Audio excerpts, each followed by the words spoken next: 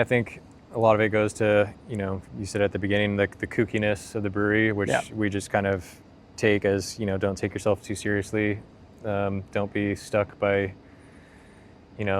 not making a certain style of beer because you think it's trendy. If people want to try it, just try to make a version of it, make it fun, make it unique, kind of push the boundaries like we always have.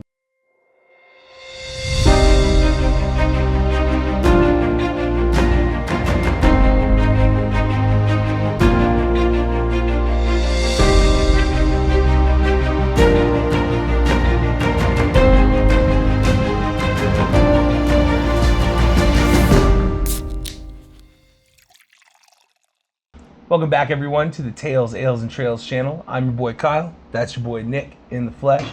We're here to hit you with a good interview-style podcast today. Nick's going to tell you a bit more about it. Yeah, definitely. So we had the opportunity to go down to Santa Cruz and interview one of the founders of Sea Brewing Co. His name is Nick Pavlina. He was the head brewer, over down there at Sea. Really fantastic discussion with him. He's a Chico State graduate, so there's a nice local tie-in there. He was kind enough to let us come down, check out the brewery, talk to us, and have a really great discussion with us on the Monday after the 4th of July weekend. So huge props to him. That was super kind of him to do that. It's a really awesome discussion about the journey of Sea and about, kind of the innovative passion and the, we'll call it the general kookiness, because that is something that they use a lot in their terminology, on their website and stuff like that. We really get into why they are so passionate about making beer that's different from pretty much any other beer you'd find. So, great discussion. It falls right in the line with what we're hoping to do with this podcast, which is, go down a lane where we get to tell fantastic stories about people who are really passionate about their craft, whether it be beer, spirits, whether it's an outdoor creator, hint, hint, might be something coming up in the near future with that. But super excited to be able to talk to Nick, super excited to share it with all of you. I don't think there's much else to say other than enjoy. Hope you enjoy. Yeah. Cheers. Well, Nick, man, thank you so much for sitting down with us today. We really appreciate it. How are things going this morning, right after the holiday weekend? How are things? Good, yeah. Just cruising along. Summer's our busy time of the year, so we're cranking away, and yeah, absolutely. So I wanted to start this. I wanted to kind of ground this conversation in how Sea started. And I've read a lot about it. I know you've talked at length a number of times about kind of the origins of this brewery. Yeah. And for me, it almost starts even further back than your homebrewing beginnings. It starts with your dad and his past as a homebrewer. I wanted to see if you can kind of take us through that and maybe where the inspirations came from at an early age. Totally. Yeah. So my dad, he homebrewed in Chico in the 70s. He was part of a homebrew club back then.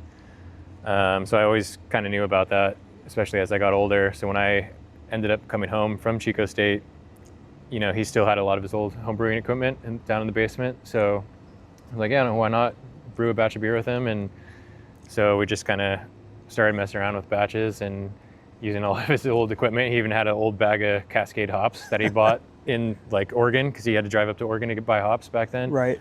I wish I would have hung on to it just for history's sake. Yeah, nostalgia. Yeah. But we didn't use the hops. Just immediately became obsessed with it.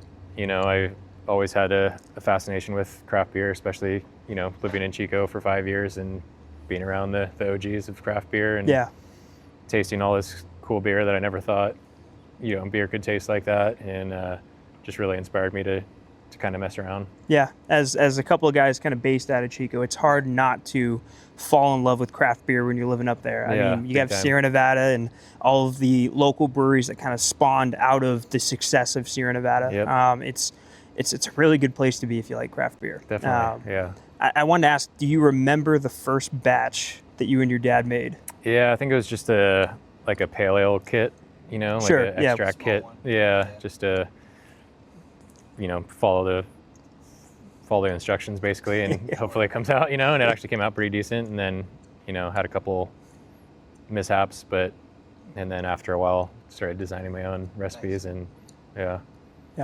So can you take us through the progression of, starting with those the homebrew kits and, trying things out and getting to a point where you're, I'm assuming making it at a larger scale and I'm sharing it with friends and family and people are like, hey, this is pretty good. You might have something here. Definitely. Yeah. I mean, every homebrewer knows how much of a rabbit hole it is. You just want the next nice piece of equipment. So it just accumulated until I had a whole garage full of stuff and upgraded to, a 10-gallon system over a 5-gallon. And I got married in 2014 and made all the beer for the wedding. We had almost 300 people. So I made like 7 batches of 10 gallons of beer. And had a lot of people come up to me and they're like, hey, like you should really pursue something like this. And at that point I had gone through beer school and so I was taking it pretty serious, but didn't make the leap yet. Right. So I think after my wedding I reached out to my 2 business partners, which are kind of friends from growing up, and asked them to kind of partner with me. And so we started meeting pretty much every week after that until we opened. Was there a specific moment or an experience or something that like it was like, you have everyone saying, that you have something here, this could be really cool, you're thinking about it, but was there something that put you over the top and said, all right, I've got to go for it? Yeah, I mean, I don't know if there's like a one instance really. Sure. It was just kind of like snowballed, and I think the cherry on top was my wedding and the feedback, and obviously it was friends and family there, but they're not going to tell you your beer sucks, but I thought it was pretty good too. So it's good to get positive feedback, and like starting a business is insane, and I just wanted to focus on the beer making, not everything else. So that's strategically who I teamed up with, somebody to handle kind of branding, marketing, and somebody to handle kind of sales, retail, bar management. So we all kind of have our own lanes. Right, own specialty, skill levels. So I could just focus on, the creative side of making beer. Yeah, absolutely. Yeah. I wanted to ask, getting together with Frank and Taylor, were they immediately on board? Was there some convincing that had to come along with it to say, hey, I want you guys to come on board with me and start this thing? Yeah, I think there was a little bit of hesitancy and a lot of questions they had, like, well, how's this going to work? And what am I going to do? And so we definitely talked about it for quite a while until kind of settling on an agreement. Yeah. I think everyone's heard the grandma's carport part of the story. Yeah, exactly. The 120 different recipes that you guys put together. Oh, yeah. Brewed, pretty much 5 days a week on a 1-barrel system for a year while we built this place out. Right. Yeah, that was insane.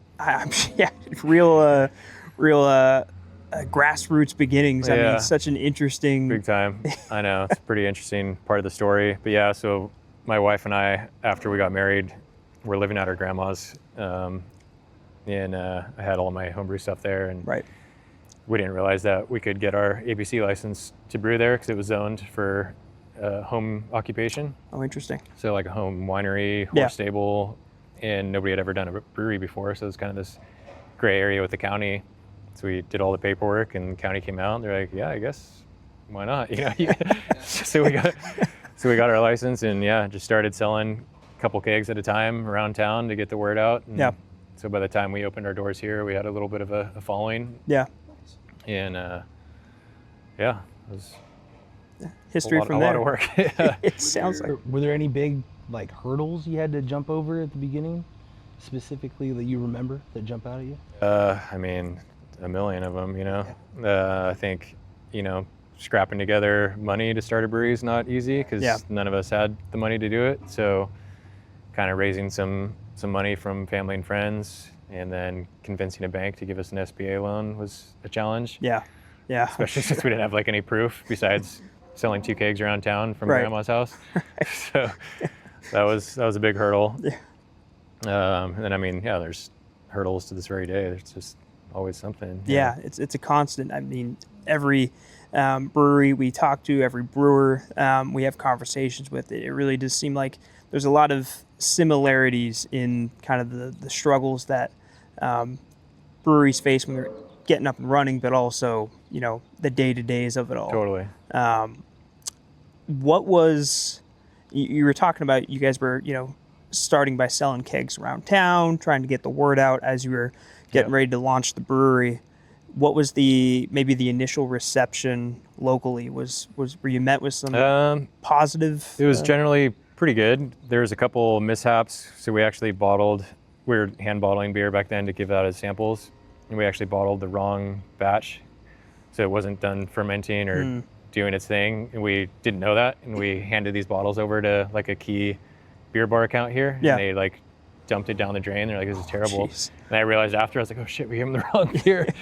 So that was kind of embarrassing. Yeah. But luckily, we were able to convince them that we actually do make pretty decent beer. And so that was a funny story that happened.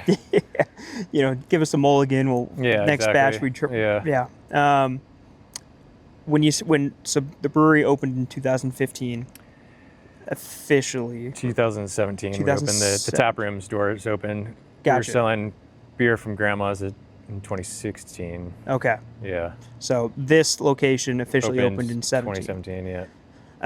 St. Patty's Day 2017. Just luck of the draw. We just got our final sign off the day before St. Patty's Day. We're like, do we open tomorrow? It's St. Patty's Day. It's going to be a shit show. And we're like, yeah, why not? Yeah. So that's been our birthday every year, St. Patty's Day. It's got to be a fun way to celebrate. Yeah, definitely. Yeah. I was curious about this because the thing that kind of turned me on to Humble Sea, I'm sure the thing that turns a lot of people on to Humble Sea, is how different it is from a lot of your other standard craft beers. Stands out. The can stands out. The artwork is the naming conventions of it all stand out. The Foggy IPA of it stands out. Yep. I wanted to ask you about kind of what your initial vision was for the brewery. And did you always kind of see it going in this, I'm going to use the word kooky because it shows up much in everything you guys do. Did you always envision it going in this kooky direction? Or I guess what was the initial goal and vision behind the brewery? Yeah, I mean, I don't know if we had an initial vision, so to speak. I knew Frank and his design experience, and that's kind of why I reached out to him, because he just had the coolest, branding experience that anybody I knew, and I knew it was going to help us get the edge, not just behind good beer, is good branding and design. It's all, all part of the experience. So I think when we started, we just didn't take ourselves too seriously with naming and made fun of the tourist culture around here and the surfing culture, and it was just funny names, just worked, and people loved it. And we did a lot of play on like pop culture for a while, but got a lot of cease and desists and sued by Warner Brothers, so we kind of stopped using pop culture puns and just kind of sticking with making fun of tourists and that sort of thing. Yeah. So it's been fun. It's been funny. Ups and downs, just all part of the road. Yeah. Do you feel like rehashing what that name was that got you the cease and desist? There's a lot of. I mean, they gave us a whole list of like 30 beer names. We're like, oh shit, I didn't know those were all Warner Brothers. But a lot of the Harry Potter names that we did, Wizard of Fog. Like I said, there's like 30 beer labels that they presented to us, and we're like, oh, whoops.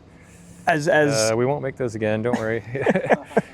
as maybe jarring as that is to get a cease and desist from Warner Brothers, it's also kind of cool in some way. As somebody as big as Warner Brothers is like reaching out to you. We know what your beer is. Yeah. And Hey, stop it. Stop it. Yeah, exactly. So that was I mean, what were some other good ones? Post Malone gave us one because we did Coast Malone. Fog Ross, Bob Ross's legacy, gave us one. Salesforce. I don't know, there's a handful of them. That's crazy. That's crazy. That is, Most of them are just like, yeah, this is hilarious, but please don't make it anymore. We're like, Sure. okay, yep, Yeah. will do. Yeah. Right. So- Man. That's funny stuff. Is Yeah. there a specific story behind the name Humble Sea? Yeah. We're all born and raised in Santa Cruz County, and the ocean's always been, a big part of my life. And at the time I came up with the name, I was homebrewing in Pleasure Point, just a couple blocks from the ocean, and I wanted a name that just kind of sounded cool, made people think, and I always try to be humble with everything I do, especially making beer. And obviously the ocean is an important part of my life and still is. We do a lot of work with local nonprofit ocean stuff, and so I just came up with the name Humble Sea as just my homebrew alias, and thought if I ever open a brewery, that's what I'll name it. Yeah, absolutely. Yeah. Very cool. And kind of building off of that, I mean, it seems like this is such a rooted in Santa Cruz brewery. I know you guys have different locations now in the Bay Area and otherwise, but walking around here, it just seems like this fits in with the culture of Santa Cruz in the area. Definitely. Can you talk about maybe some local inspirations that kind of influence how Humble Sea is today?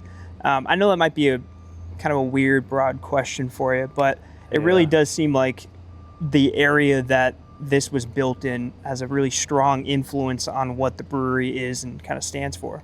Yeah, I mean, I think it's easy with, the name Sea in our name to have kind of a nautical vibe, just being close to the ocean. And I mean, obviously we're a brewery that's community driven, and we, want to do our best to help out our community and fit in the best way we can. So I think it's easy just to tie the brand to Santa Cruz that way. And, a lot of our naming conventions are kind of nautical or tourist or surf driven. Yeah. So that's just an easy way to kind of tie it all together. Yeah, absolutely. I wanted to dive a little bit more into kind of the creative process behind the beers. And it seems like you've always had that creative flair for the beer that you guys make. I mean, talking about, going back to that 120 recipes and in Grandma's carport situation, but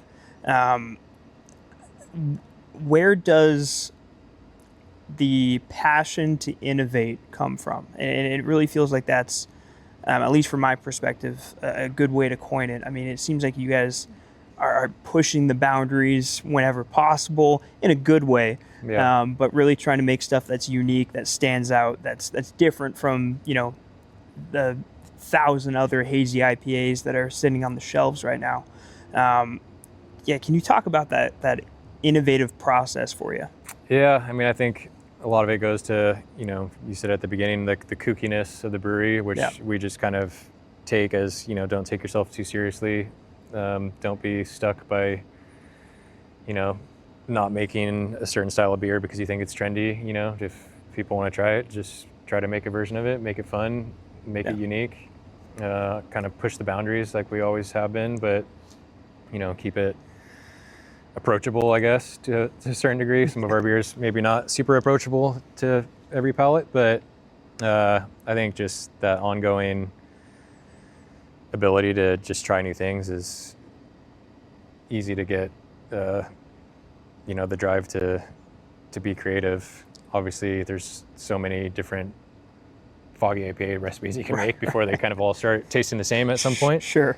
But, there's always some interesting trend out there. There's always some new product or ingredient to try. We, select our hops every year. So that's a big part of our flavor, is just having the same kind of sensory team pick our hops year after year to give us our kind of Humble Sea flavor, as well as our, water profile, which we don't do a lot of tweaking to. We just strip the chlorine and adjust a couple salts, but for the most part, I feel like that just gives our beer a certain flavor. Yeah. I think that's absolutely the gist of it. Yeah, the creative process. I have a question. The industry itself has changed over the years, especially the last 4 or 5 coming out of the pandemic. Did you guys see any big side effects from specifically the pandemic? If not afterwards, because there's a lot of there's stories all around about local craft breweries closing. And have you guys been affected by that at all? Yeah, I mean, I think definitely the whole industry has. I think early COVID, we were one of the first breweries to initiate like a direct-to-consumer online shop. Yeah. So Frank and his partner basically stayed up for 24 hours to build our website, and we launched it the next day and just had a flood of orders that we couldn't keep up with. So 2020, we doubled in production side, doubled our production team. It was, I think, our most profitable year by far. So early COVID was a big success for us. And then obviously during that time was just the tail end of the brewery spikes. Yeah. One opening every day type of thing. And so I think a couple years into the pandemic, you know, post stimulus checks and everything, people are starting to tighten their belt a little bit financially. And breweries kind of suffered, you know, certain ones that couldn't really make it work. And so we kind of finally hit this market correction where the excess breweries are kind of plateauing or coming down a little bit, and the good ones are hanging on, and you know, the not so good ones, however you want to define that, are kind of fizzling out.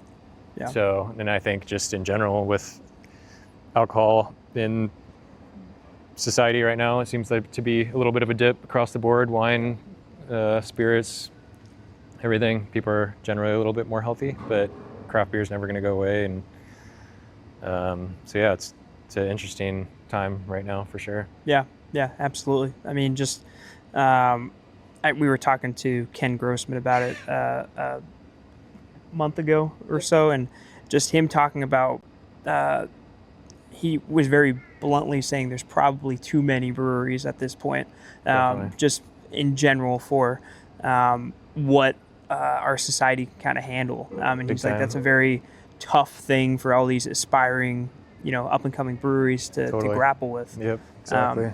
I wanted to ask, you know, in the aftermath of the pandemic and things like that, Humble Sea is at this point where you guys are getting a lot of notoriety, especially at the national level.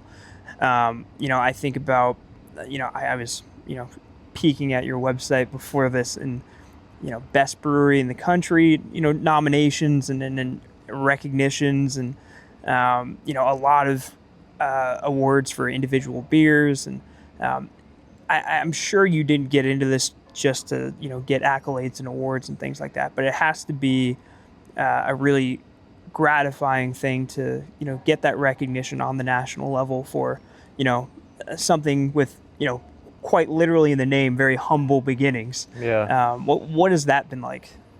It's been awesome. It's been, you know, just looking back at the road we've had, and it's had its, you know, very highs and very lows, and it's been very, you know, fulfilling to have accomplished what we've accomplished, and it's awesome to get the notoriety that, you know, we've worked so hard to get. And you know, getting invites to do stuff all over the world it's pretty cool and unique. And yeah, it's humbling. It's a good word. Yeah. Is there something that you're most proud of, you know, throughout this entire experience? I know you're you know, in the grand scheme of things, you probably have a lot more you want to do with the brewery and all of that. But is there something about this journey so far that you're most proud of? That's a good question.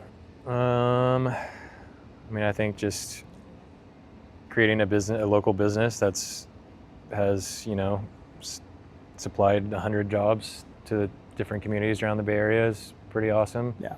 To say you've accomplished something like that. You know, I think we've built a pretty incredible team, and you know, it's not just me, Frank, and Taylor that run this place. It's this entire team. Yeah. And that's been, you know, almost a decade in the making. So very proud of, being able to supply 100 jobs and keep a killer team around. Yeah, absolutely. You have a bunch of different locations now. So many. You were just talking about the seasonal garden, or the beer garden on the boardwalk. Is it hard to keep kind of the focus of, you know, a name like Humble Sea when you're going out, and do you have any other aspirations as far as expanding even larger?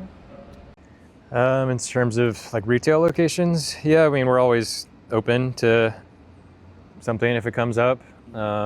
You know, we want to stay fairly local in terms of Northern California, Bay Area. There's so much good beer out there. It's hard to compete in other markets when there's several really good local breweries to compete with. So I think at this point we're wanting to kind of stick to Northern California and still be kind of a smaller regional brewery for the foreseeable future, but it's hard to tell with the industry changing all the time.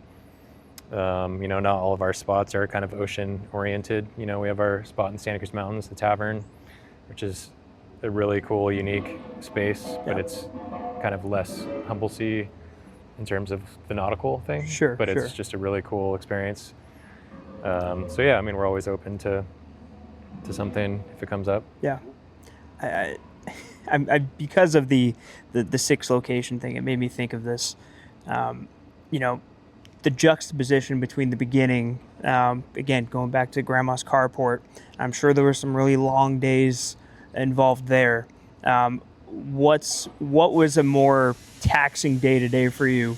The carport beginning, or now, you know, kind of overseeing or having a hand in overseeing all of these different locations and then kind of the operations of a brewery that's continuing to scale? Yeah, I mean, I think the early days were way more taxing than they are now. I'm sure. I figured that was the answer. Pretty brutal. Just scraping by, living at Grandma's while swinging a hammer here, building a brewery and helping brew everything at Grandma's, and yeah, it was just a lot. Yeah. I It's figured definitely it was going that direction. Yeah, but. big time. But yeah, it's still, you know, this is a business that we love and we're proud of, and you know, we're not going anywhere, so we're Absolutely. I wanted to squeeze this in. I read about this this morning over coffee, and I thought it was a really cool thing that you guys did and continue to do. I read about an event you had where you were doing a collaboration with different brewers, inviting them down here, and you talked about how, and I think you, Frank, and Taylor all kind of talked about this, about how, you know, maybe a more traditional collaboration, a brew day, involves, like, you know, trying to figure out the recipe that day on the fly and spending a lot of time with people working on other people's equipment, and you know, there's a lot of you know, things get a little messy in that regard. You guys did it a totally different way. Basically, let's go surf, let's go have some beers. We've got the recipe already dialed in. We've all collaborated on this already. And basically the day is hanging out, having fun, watching this, you know, beer be brewed. Yep. It speaks to kind of the way you guys like to do things a little bit differently around here. But I just thought it was a really fun twist on something that maybe a lot of brewers kind of saw as something that can be, like we said, messy and a little bit, I don't want to say convoluted, but something like that. Can you talk about where kind of that kind of idea came from and how that came to be? Yeah, I mean, I think, you know, Santa Cruz is gorgeous. There's a lot to see here. So Sure. I think trying to, hash out, like you said, all the details of the beer beforehand so we can, you know, show the culture of Santa Cruz, but also get nerdy on all the equipment. And that's one of the, you know, some of the fun stuff about collabs is figuring out how to do stuff a different way or finding a new process, but also seeing that brewery's area culture. So, you know, like we had Pint House Brewing out of Austin. They came last year and we took them on a mountain bike ride and down to the Tavern, rode from here. So that was pretty awesome. Or a brewery that's never been surfing before, we'll take them out surfing, or just kind of, show them the culture. And I think that's just part of the fun collaboration part of it. Yeah. I do have a few more questions here, and we'll get you out of here. Problem. But I wanted to talk about kind of your involvement in the community. You know, your efforts to give back and to support local initiatives. I know that's something that's important to all three of you, with all of your local roots. Can you talk about why that's important? Can you talk about why you guys have made consistent efforts to support local initiatives? I think Save the Wave. Save the Waves. Save the Wave is a big Social one. Alliance Yeah. Yeah, I mean, I think it's all part of the community thing. You know, we wouldn't be here if it wasn't for our community. You know, our community supports the brewery, which supports our jobs. So it's easy to give back to the community. And, you know, obviously being a Santa Cruz based business, you know, the ocean is our backyard. Yeah. So we need to take care of it and do everything we can to help that. Right. Yeah, it's about being good stewards of the area. Exactly. Yeah, absolutely. It's awesome. I last couple of things here for you. Yeah. You know, with us being Chico guys, I think how I first discovered Humble Sea was you guys did a tap takeover of a local tap room called the Lost Dutchman, which is a pretty regular watering hole of ours. Absolutely, yeah. So with you being a Chico State graduate, I got to ask, do you have any favorite memories of your time in Chico, things that stick out to you? Oh, yeah, plenty. I mean, always late nights at the Bear. There's the classic, getting a $5 pitcher of Sierra Nevada on Thursday nights is hard to beat. Yeah. Absolutely. Just all the unique Sierra Nevadas that were only on tap in Chico.